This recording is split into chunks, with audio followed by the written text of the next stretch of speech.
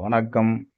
இப்போ நம்ம எங்க இருக்கோம்னா, சேத்தியாத்தோப்பு பைபாஸ் என்ட்ரன்ஸ் கும்பகோணத்துலேருந்து வந்தோம்னா, இதுதான் சேத்தியாத்தோப்பு பைபாஸோட என்ட்ரன்ஸு.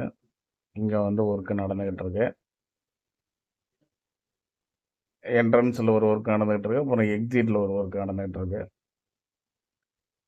மற்றபடி வாகனங்கள்லாம் ஓரளவு போக ஆரம்பிச்சிடுச்சு. அதனால் சீக்கிரமாகவே கம்ப்ளீட்டட் ஆகிறதுக்கு நிறைய வாய்ப்புகள் இருக்குது.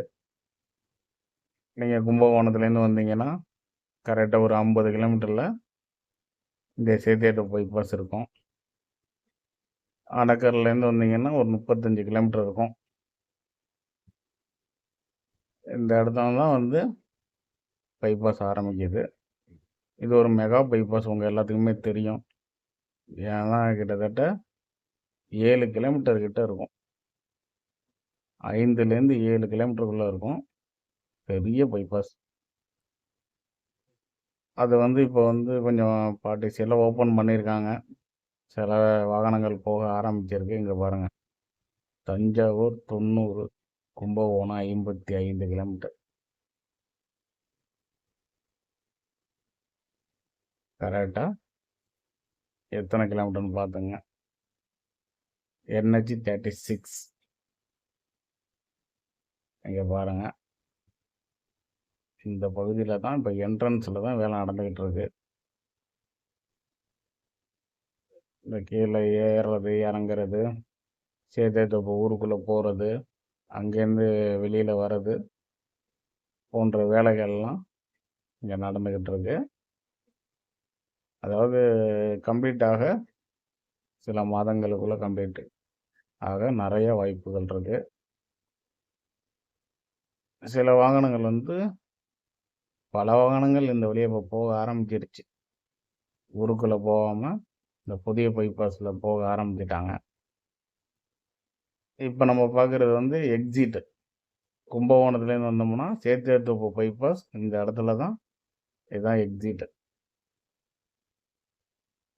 இங்கே ஒரு சைடில் ஒரு பாலம் மாதிரி ரொம்ப நாளாக கட்டிக்கிட்டு இருந்தாங்க. நம்ம பழைய வீடியோவில் கூட என்னவாக இருக்கும் நம்ம யோசிச்சுக்கிட்டு இருந்தோம். இப்போ அதை பற்றி நமக்கு ஒரு ஐடியா கிடச்சிருச்சு. கீழே போய் பார்ப்போம். ஏன்னா இந்த ரோடு இப்போ கம்ப்ளீட் ஆனோன்னு பார்த்தீங்கன்னா அப்படியே உங்களுக்கு எல்லா வாகனமும் புதிய சாலையில் தான் போகும். ஊருக்குள்ளே பஸ்ஸு, லோக்கல் பஸ்ஸு போயிட்டு வரும். அப்புறம் லோக்கலில் உள்ளவங்க பயன்படுத்துவாங்க. அதனால் இந்த பகுதி சேத்தியாத்தோப்பு ஊருக்குள்ளேருந்து வரத்துக்கு போகிறதுக்கு அதுக்கான பாலப்பணிகள் நடந்துக்கிட்டு இருக்கு. இதுவும் இன்னும் சில வாரங்களில் முடிவடைஞ்சிடும். அப்படி பார்த்தீங்கன்னா உங்களுக்கு ஒரு கம்ப்ளீட்டடாக இந்த சேத்தியாத்தோப்பு பைபாஸ் கம்ப்ளீட் ஆகிடுச்சின்னு நம்ம ஒரு ஃபுல் வீடியோ போட்டுடலாம். இப்போ எங்கே வேலை நடக்குதோ அந்த இடத்த மட்டும் உங்களுக்கு போடுறோம். ஏன்னா அப்டேட் கேட்டுக்கிட்டே இருக்கீங்க. டெய்லி கூட போடலான்னு சொல்கிறீங்க. ஆனால் அப்டேட் இருக்கணும்ல, இவ்வளோ தூரம் போகணும். அதனால் நம்ம போகும்போது இதெல்லாம் எடுத்துக்கிறது. இங்கே பாருங்கள், சூரியன் பாருங்கள், சூரியன் மறையுது. அதனால் இதெல்லாம் எடுத்துக்கிட்டு அதுக்கு தகுந்த மாதிரி நம்ம இப்போ போட்டுக்கிட்டு இருக்கோம்.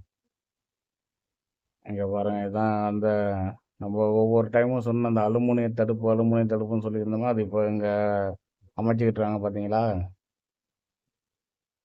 அதுதான் அமைச்சிக்கிட்டு. அது ரொம்ப ரொம்ப முக்கியங்க.